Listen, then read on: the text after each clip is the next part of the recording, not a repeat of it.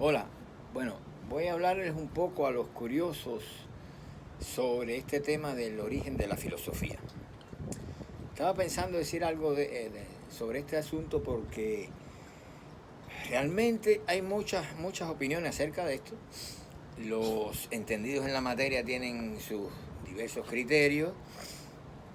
El que no se ha metido a fondo de lleno en el tema de la filosofía, pues obviamente cree que es una actividad que prácticamente desde los inicios de la civilización está presente, eh, pero no hay manera de decir, bueno, la filosofía es justamente esto, y esto comenzó en tal lugar, ¿no? Cuando no se sabe exactamente qué es la filosofía, o sea, se identifica con la simple meditación, generalmente de cosas raras y eso, pues naturalmente la filosofía puede haber surgido en cualquier lado y acompaña al hombre desde su nacimiento, etcétera, etcétera. Aristóteles por allá decía que la filosofía nacía del asombro. Esto es una manera muy poética de hablar, pero honestamente no dice absolutamente nada. Entonces, es importante reparar en este asunto, ¿no? En este punto. Lo primero que tenemos que hacer es dilucidar, ¿es la filosofía un producto griego o un producto occidental? ¿O existe eso que se llama filosofía oriental? Cuando nosotros por filosofía entendemos metemos todo en el mismo saco y entendemos y adoptamos esa posición de reflexión sobre cosas que es muy difícil decir cuáles son, porque pudiera ser la naturaleza, pudiera ser el absoluto, la realidad toda, qué sé yo, no hay manera de ponerse de acuerdo en esto. Entonces, si la vemos así, y sobre todo que cualquier razonamiento profundo y juicioso acerca de las cosas humanas y no humanas eh, pudiera ser filosofía, o la identificamos con la filosofía, pues obviamente no vamos a tener un criterio sólido para, para definir qué es lo que queremos, qué es lo que estamos buscando, ¿no? Qué cosa es filosofía y qué no lo es en realidad. Estoy pensando que, por ejemplo, el conjunto de máximas morales, éticas, este tipo de reflexión, que son más bien recetas prácticas para la vida, eso es el pensamiento oriental que se le ha llamado filosofía oriental.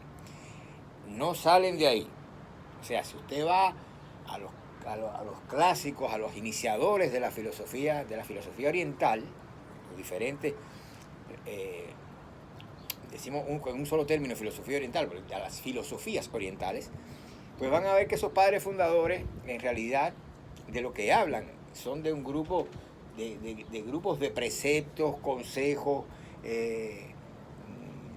de tipo moral, práctico, etcétera, etcétera.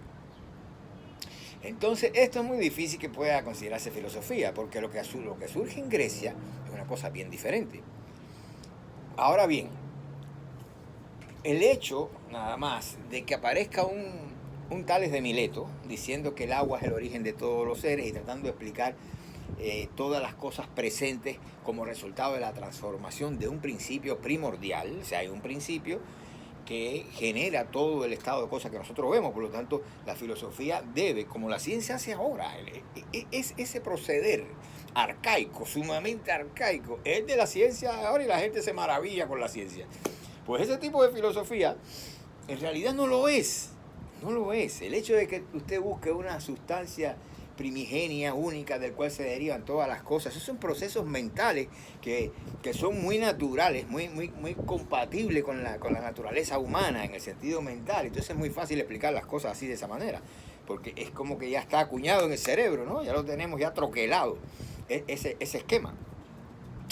Entonces, pero bueno, uno dice, bueno, pero está bien, ahí están los filósofos milesios, ellos hicieron lo que nadie hizo, el hecho de querer explicar las cosas como resultado de la transformación de un principio primigenio, etcétera, etcétera. En el caso de Tales era el agua, obviamente. ¿Por qué podemos decir que es filosofía? Porque no era el H2O, no es el agua que usted se toma cuando tiene sed, no es eso, se trata de otra cosa.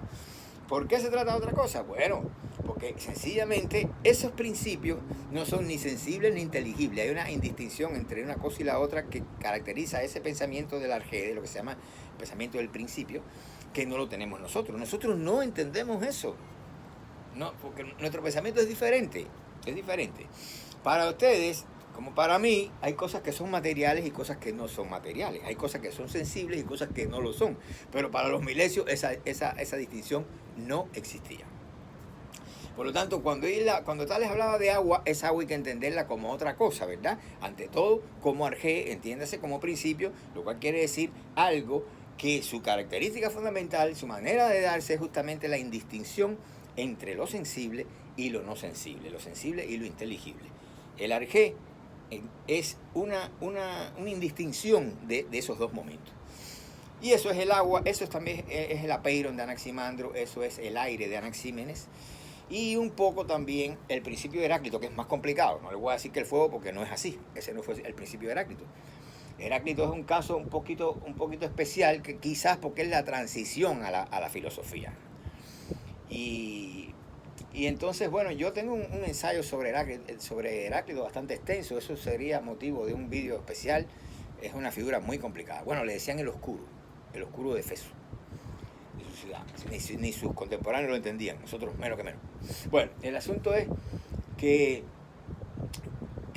tomando una posición más hegeliana, o sea, cómo Hegel expone la historia de la filosofía, cómo Hegel aborda ese tema al principio, cuando aparece Parménides con ese concepto que él le llama el ente, pues ahí aparece la filosofía. ¿Por qué? Porque es el primer pensamiento, nos dice Hegel. Y la filosofía es pensamiento que se piensa a sí mismo, ¿verdad?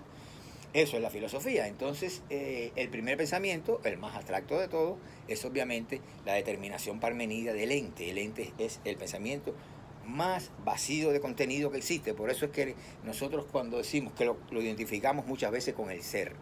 Bueno, ¿qué es el ser? La gente no sabe, pues, qué cosa más profunda esa, filosófica, ¿no? Al contrario, eso de profundidad no tiene nada, es que es vacío de contenido, es el pensamiento más abstracto y por lo tanto el más vacío de contenido. Pero en este caso corresponde al ente, no al ser. El ser es en Parménides la mera existencia. Entonces, bueno, ¿qué pasa con esto? Que sería el principio de la filosofía, sería justamente Parménides, porque es el que promueve el primer pensamiento, o sea, la categoría más abstracta del pensamiento, que es la categoría de ente, el ente, ¿no?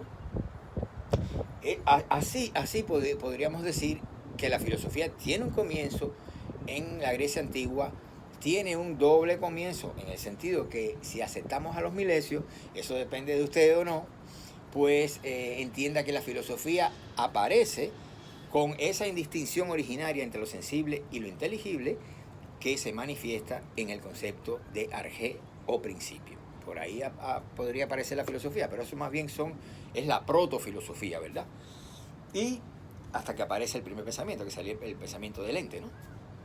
Cuando Parménides nos dice que solo el ser es, etcétera, etcétera. Bueno, y el no ser no es, ustedes conocen, bueno, supongo que conozcan la filosofía de Parménides, ¿no?